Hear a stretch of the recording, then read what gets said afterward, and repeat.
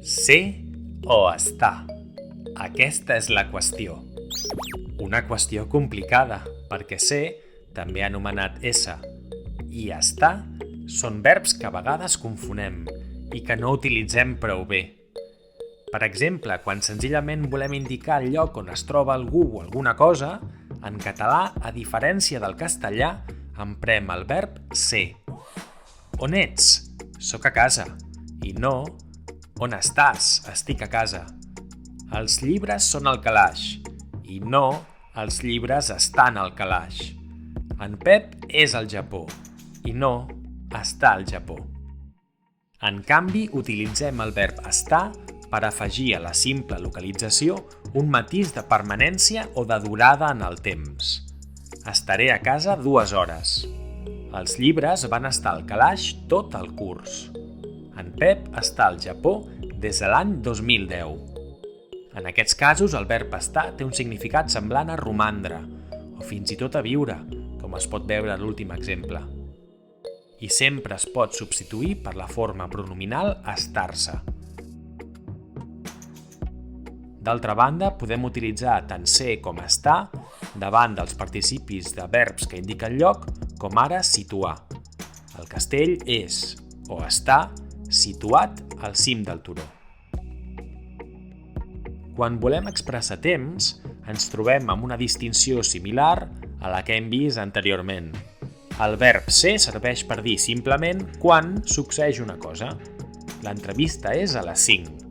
I el verb estar serveix per expressar una durada.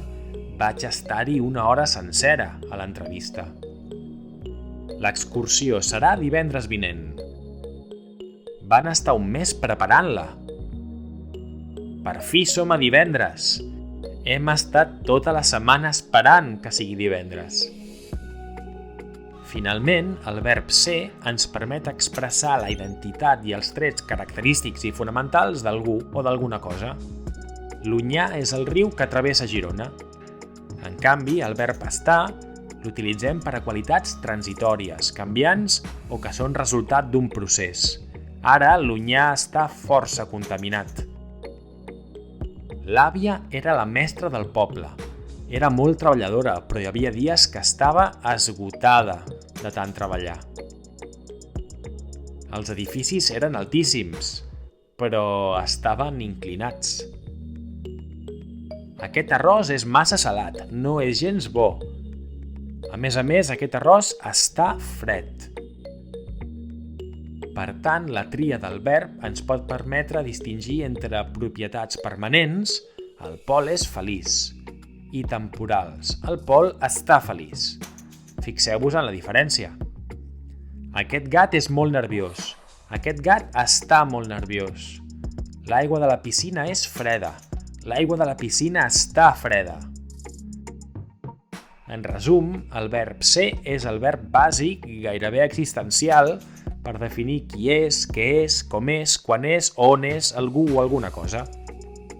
En canvi, el verb estar sol aportar un significat relacionat amb el temps i els canvis que s'hi produeixen.